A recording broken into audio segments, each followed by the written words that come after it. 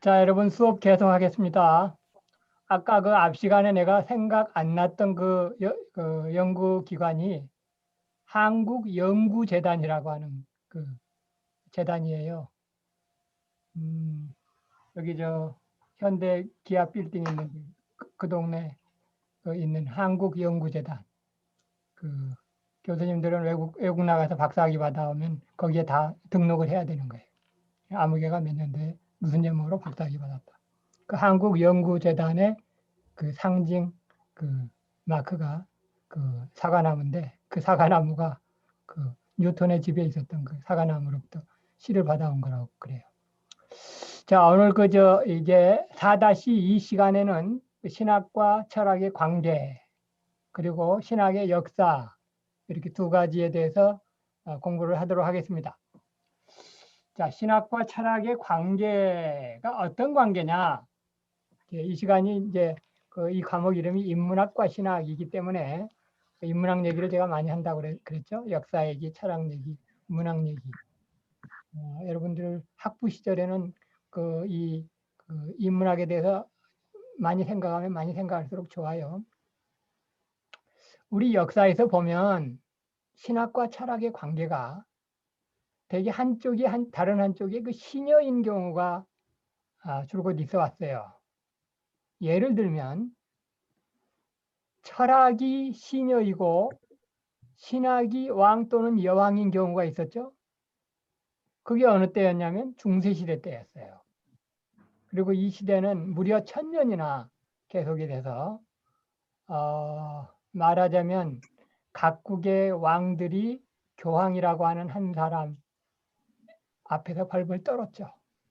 그때 학문도 철학은 그저 신학의 시녀 역할밖에 못한다. 이런 그 관계가 설정됐던 때가 있었는데, 그 중세 시대가 지나가고 이제 이성의 시대가 도래하니까 계몽주의 시대라고 그러죠. 이성이 높아지고 그러면서 이제 근대에 들어와서는, 또는 어느 정도 현대까지 오히려 그 거꾸로 된 입장이 적지 않게 있어요. 오히려 신학이 철학의 시녀 역할을 하는 그런 관계가 있는데, 사실은 그 어느 쪽도 그 두 경우 다 바람직한 관계는 아니죠. 그러면 철학과 신학의 관계는 어떤 관계냐라고 할 때, 철학은 묻고 신학은 대답한다. 이렇게 대답한 사람이 있어요. 이렇게 이런 관점을 가지고 자기의 그 학문 또는 신학이라고 하는 자기의 책을 전개를 한 사람이 있어요. 그 사람의 이름은 폴 틸리라고 하는 사람인데, 이제 여러분들 중에는 아마 이 이름을 처음 들어보는 학생이 더 많을 것 같지만, 이제 학부 한 3학년 정도 이상 되고 그러면 자주 나오는 이름이에요. 이 틸리라고 하는 사람은 이제 한마디로 먼저 얘기를 하고 시작을 하면 현대 신학자이고 자유주의 신학자예요. 그래서 우리 합동교단의 그 보수 정통적인 칼빈주의 입장에서는 틸리의 신학을 좋아하지 않습니다. 여러분들이 그걸 아시고 폴 틸리를 비롯한 현대 신학자가 얘기하는 것은 여러분들이 비판할 수 있으면 좋아요. 그리고 이제 그 비판하는 것을 배우는 것이 또 이 신학교에서 하는 거죠. 그런데 지금 오늘 이 PPT의 이 시트에서 여러분들에게 소개를 한 이 소개는 물론 비판받을 부분도 있는데, 그 비판받을 부분을 생각하기 이전에 상당히 체계적으로 잘 대답한 대답 중에 하나다. 그래서 여러분들에게 틸리라고 하는 신학자는 철학과 신학의 관계를 이렇게 얘기했습니다라고 한번 보여줄 수 있는 하나의 모델을 제시해 준 그런 공로가 있는 건 틀림없어요. 자, 그런데 여기서 보면은 왼쪽에 철학을 놓고 오른쪽에 신학을 놨잖아요. 그런데 이 철학이라고 하는 이 녹색 이 글씨 밑에 있는 그 5가지는 철학이라고 하는 학문에서 많이 나오는 단어들이 주로 이거 이성, 존재, 실존, 생명, 역사 이런 단어가 많이 나와요. 철학에서는 말이에요. 그런가 하면 신학에서 많이 나오는 단어는 계시, 하나님, 그리스도, 성령, 그리고 블라블라. 자, 내가 왜 이렇게 대비를 했느냐? 폴 틸리는 조직신학자인데, 현대 신학자이고 조직신학자인데, 그가 책을 5권을 썼는데, 조직신학 책을, 뭐 조직신학 말고는 또 뭐 설교집도 있긴 있는데, 그가 조직신학 책을 5권으로 썼는데, 물론 그가 쓴 거는 5권으로 쓰기보다는 더 이제 뭐 1-1, 1-2 이렇게 해서 쪼개서 썼는데, 이제 우리말로 번역됐을 때는 이게 5권으로 이렇게 나눌 수가 있어요. 근데 그 5권의 책 이름을 어떻게 했냐면 이렇게 잡았어요. 이성과 계시. 이게 폴 틸리라고 하는 사람의 조직신학 1권의 제목이야. 이성과 계시. 2권의 제목은 존재와 하나님. 3권의 제목은 실존과 그리스도. 4권의 제목은 생명과 성령. 5권의 제목은 역사와 뭐. 자, 이거 퀴즈입니다. 여러분 이제 내가 이 부분에 대한 강의를 마치면서 여러분들에게 자, 여기 과연 뭐가 들어갈까요? 또 여러분들 혹시 또 이제 또 그 인터넷으로 얼른 찾아보면 또 알 수는 있겠네요. 한번 인터넷 사용하지 말고 한번 대답해 보시겠어요, 여러분? 폴 틸리의 책 이름인데 책 이름이니까 폴 틸리의 이제 번역서 그 5권이 뭐 역사와 뭐 이건데 이거를 밖에 원? 알 수 있어? 성경. 성경 아니에요. 자, 내 얘기를 좀 더 들어보세요. 저기 인터넷 통해서 찾으면 그 반칙입니다. 자, 그리고 자, 좀 이따가 기회를 드릴게요. 폴 틸리가 생각하는 철학과 신학의 관계는 이거예요. 이성이 대답하지 못하는 것이 있다. 철학에서 굉장히 강조하는 게 이성인데, 인간 이성. 그래서 근대에서는 그 계몽주의 시대에는 말이죠. 중세를 되돌아보면서 중세를 암흑의 시대라고 그랬잖아요. 중세를 암흑의 시대라고 한 것은 그렇게 표현한 것은 한편으로는 맞는 얘기이기도 하지만 또 틀린 얘기이기도 해요. 중세 시대가 그 암흑의 시대는 아니에요. 그때 그 하나님 중심으로 해서 또 그 상당히 그 꽃피우고 또 하나님 영광이 드러났던, 물론 하나님 영광이 나중에 이제 가려져서 종교개혁이 일어났지만 또 중세 시대 때 또 하나의 복된 부분도 있긴 있기 때문에 중세를 암흑의 시대라고 얘기하는 것은 어떻게 보면 무신론자들, 그 이성주의자들이 하는 얘기예요. 옳은 얘기는 아니라고요. 어쨌든 자, 이성이 대답하지 못하는 것이 있다. 그거를 과연 무엇가 대답해 줄 수 있느냐? 계시가 대답해 줄 수 있다. 이런 점에서 철학과 신학이 관계된다. 철학이 묻고 신학이 대답한다. 이렇게 얘기를 한 거예요. 그 다음에 이제 2권 같은 경우는 존재와 하나님 그랬는데, 존재에서는 여기 영어로 being, 대문자 being을 썼고, 3권의 실존이가 영어는 existence 이렇게 했는데, 이제 우리나라 이제 철학서적이나 신학서적에서는 being이나 existence나 다 뭐 존재 뭐 이렇게 같이 번역하는 경우가 많이 있는데, 사실은 서양 사람들이 생각하는 그 being이나 existence는 그 의미가 좀 달라요. 그 하나님의 경우는 대개 이 대문자 being을 써요. 그런데 그 존재의 문제가 대답하지 못하는 것이 있는데 그것을 대답해 주신 이가 하나님이시다. 그리고 이제 실존의 문제가 대답하지 못하는 것을 대답해 주신 이가 그리스도시다. 그리고 생명의 문제가 대답하지 못하는 것을 대답해 주는 것이 성령 하나님이시다. 이제 뭐 이런 식으로 폴 틸리가 이런 식으로 그의 철학 체계를 전개하고 그의 책 제목도 이렇게 한 부분이 있어요. 자, 제가 여러분들에게 그러면 답을 맞춰볼 수 있는 그거를 드리겠는데, 인터넷을 찾아보면 여기가 나올 텐데, 한번 여러분들 맞춰보세요. 근데 이제 문제를 한 문제 더 드릴게요. 그건 뭐냐면, 이거는 인터넷을 통해서 또 답을 알 수 없는 건데 뭐냐면, 이렇게 얘기한 폴 틸리의 그 해설이 좀 문제가 있다. 전체적으로 볼 때 이 시트가 말이에요. 이 PPT 시트에 나온 바에 따르면 폴 틸리가 이런 식으로 신학을 얘기하고 철학을 얘기하는 건 좀 문제가 있다. 라고 하는 걸 여러분들 혹시 누가 발견해낼 수 있을까요? 이거를 발견해낼 수 있는 학생은 내가 큰 플러스 점수를 드릴게요. 그리고 이제 이거는 역사의 목표가 무엇인가 이거를 여러분들이 인터넷을 참고하지 않고 발견할 수 있으면 그것도 대단해요. 자, 역사의 목표가 무엇인가? 거기에 대해서는 뭐가 답이다 라고 얘기를 하면서 결국 철학과 신학의 관계를 이제 상관관계 원리라는 입장에서 폴 틸리가 얘기한 부분이 있는데 여러분들에게 그 신학이 무엇인가를 배우는 여러분들이 하나의 그 이제 말하자면 보편타당한 지금 진리를 얘기하는 건 제가 아니고 하나의 현대 신학자의 관점에서 나름대로 잘 표현한 방법이 이런 방법도 있다. 여기까지 내가 얘기를 드리고 그런데 가만히 생각해 보면 이게 결코 진리가 아니로구나. 결코 옳은 방법은 아니다.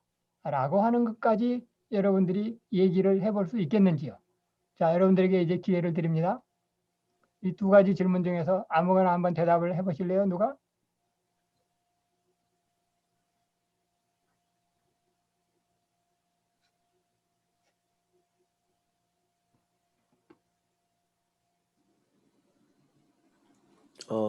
오이름입니다.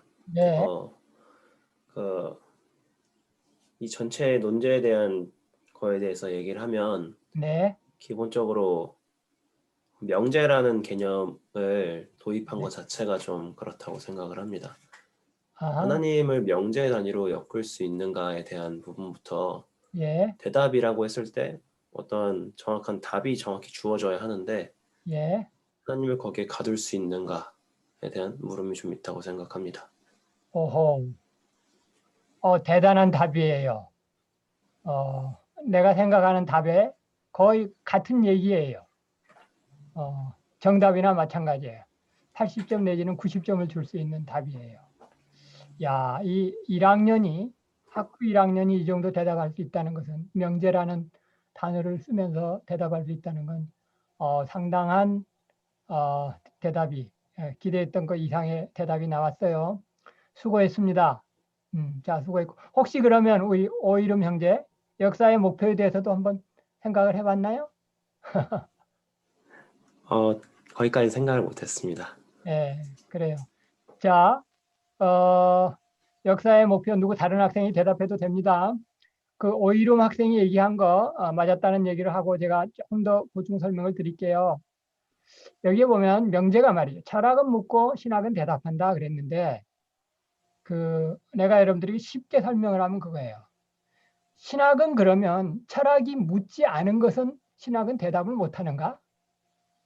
그런 질문을 한번 해보시면 신학은 그렇지 않아요. 철학이 묻지 않은 것도 신학은 대답할 수가 있고요. 또 철학이 묻는다고 해서 신학이 거기에 꼭 대답해야 할 이유가 없는 거예요. 신학이 결코 철학에 예속되지 않았는데 철학이 묻고 신학이 대답하면 결국은 신학이 철학에 예속되는 거고요. 이것을 우리 오이름 학생은 뭐라고 표현했냐면 하나님은 결코 예속되지 않으신다. 이렇게 표현했는데 결국 같은 얘기죠. 신학은 결코 철학에 예속되지 않아요. 철학이 묻는다고 해서 신학이 꼭 거기에 대답할 이유가 없는 거예요. 물론 이렇게는 대답할 수 있죠. 철학이 대답하지 못하는 질문에 대해서 신학은 대답할 수 있다. 이렇게 얘기하면 그 얘기는 진리라고 말할 수 있어요. 철학이 대답하지 못한 거에 대해서 신학은 대답할 수 있지만 신학은 철학이 묻는 것만을 대답하는 것도 아니고 신학이 묻는 거에 꼭 대답을 해야 되는 것도 아니라고요.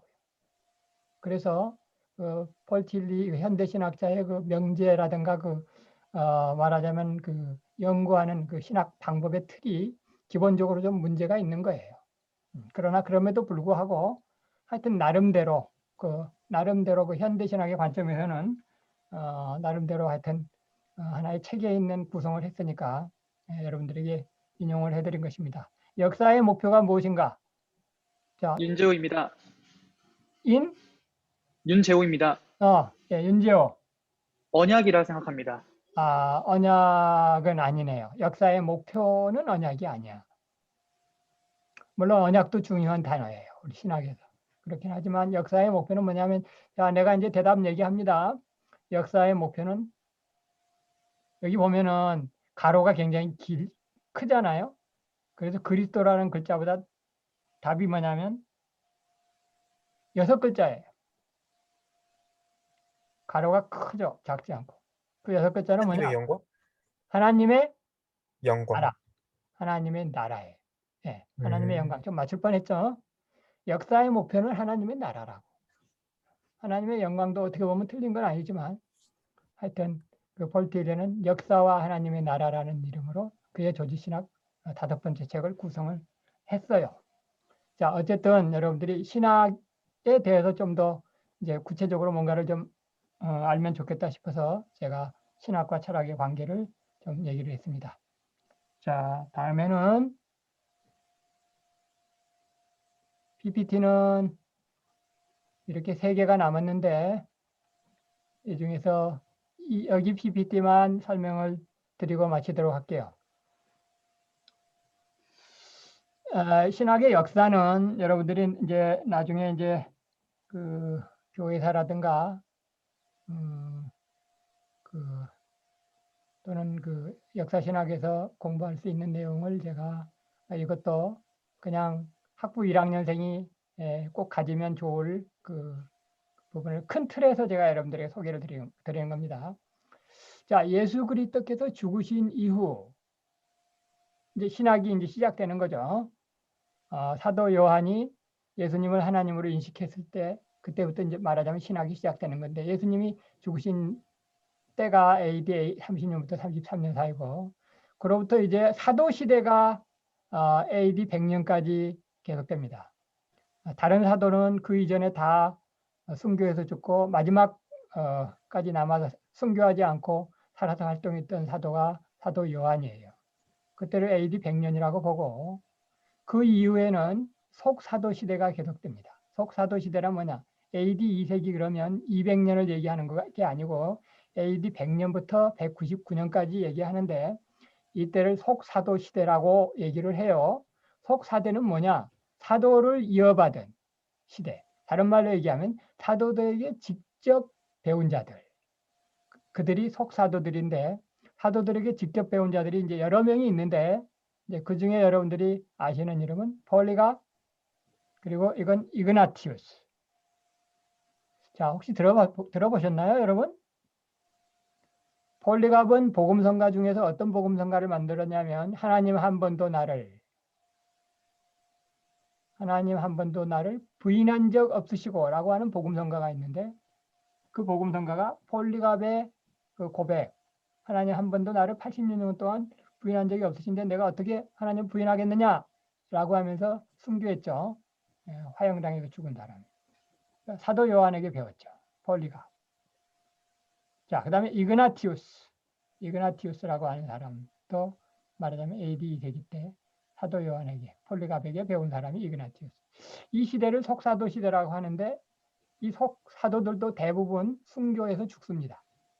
그리고 이제 변증가 시대가 이어지는데 AD 2세기 이후 그러니까 AD 200년부터 한 300년 경우에는 이제 신학이라고 하는 것이 사도 요한이 예수님을 하나님으로 알아서 결국 이제 신학이 성립이 됐는데 좀 학문적이지 않아요.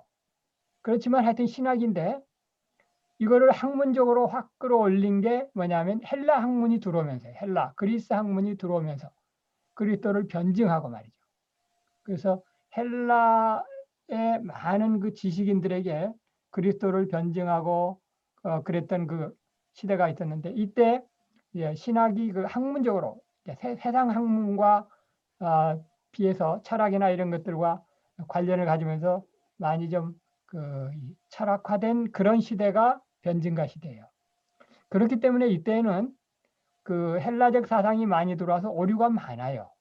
그리고 아직 삼위일체 그 교리가 삼위일체 체계가 아직 확립되지 않은 때라서 이 변증가들의 글을 보면 그 오늘날의 관점에서 보면 그 오류가 많은 그런 그 시대이지만 하여튼 역사적으로는 하여튼 한 시대를 이루고 있고 이제 이 변증가 시대 때 그 많았던 오류를 바로잡는 그 계기가 됐던 때가 4세기, 5세기인데 이때를 교부시대 이렇게 얘기를 합니다.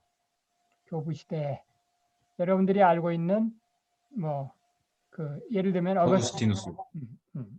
어거스틴 또는 아우구스티누스 이렇게 얘기를 하는 어거스틴이 바로 이 4세기, 5세기 시대 사람이고 그리고 또 이제 내가 전공하고 내가 이제 여러분들이 이제 고학년이 되면 가르치게 될 그 삼위일체 전공을 하게 된 그 갑바도기아 교부라고 하는 사람들 그 사람들의 시대가 바로 이 교부 시대예요. 이때가 이 신학에서는 제일 중요한 시대예요.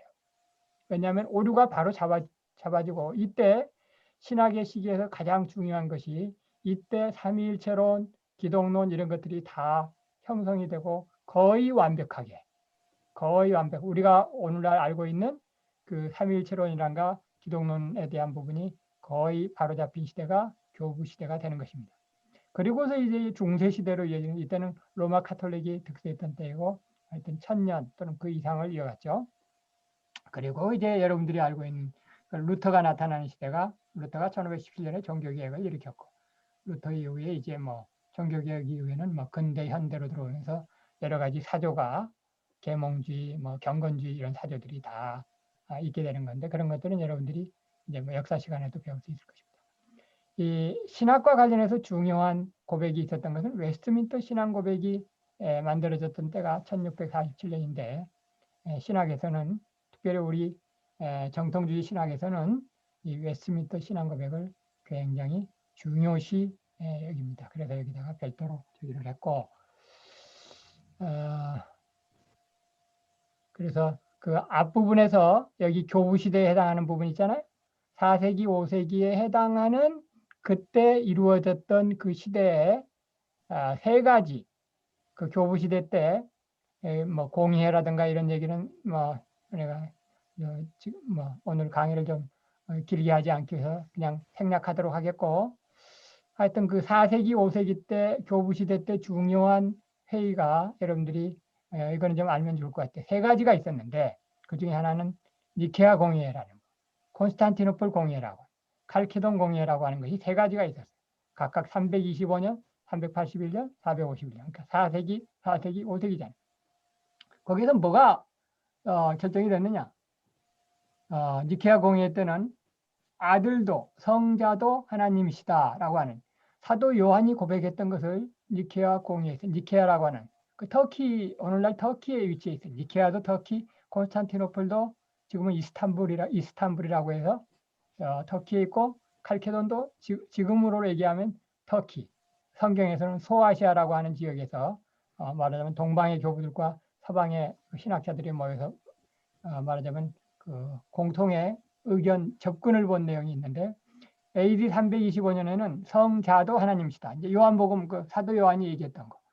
그다음에 381년에는 성령도 하나님이시다. 그러면서 내가 그 사도 요한이 최초의 신학자이고 그 신학자인데 두 번째 그 신학자가 바로 나지안주스의 그레고리라고 하는 사람이라고 하면서 그의 공로가 뭐냐면 성령도 하나님이시다라고 하는 걸 얘기했던 그런 그 교부가 있다. 내가 처음에 그 두 번째 시간에 얘기한 적이 있었는데 그것이 결정된 게 381년에 콘스탄티노플 공의회에서였어요. 그리고 이제 그로부터 한 100년, 한 7, 80년 정도 지난 뒤에 예수 그리스도께서는 신성도 가지고 계시고 인성도 가지고 계시다. 그래서 두 본성을 가지고 계신데 한 몸이다. 라고 하는 기독론에 있어서 굉장히 중요한 말하자면 교리를 만들어내고 이것이 이렇게 해서 이제 신학이 오늘날 더욱더 단단해지면서 우리가 가지고 있는 신학으로 발전하게 되는 것입니다. 자, 오늘 여기까지 하도록 하겠습니다. 혹시 여러분들 중에 뭐 질문이나 또는 하고 싶은 얘기를 하시는 분이 있을 것 같아서 일단은 내가 저기를 끝내고요. 일단은 아직 마치지는 않겠습니다. 자, 공유 중지를 하고 기록을 중지 아직 종료. 지난번에는 이거 하다가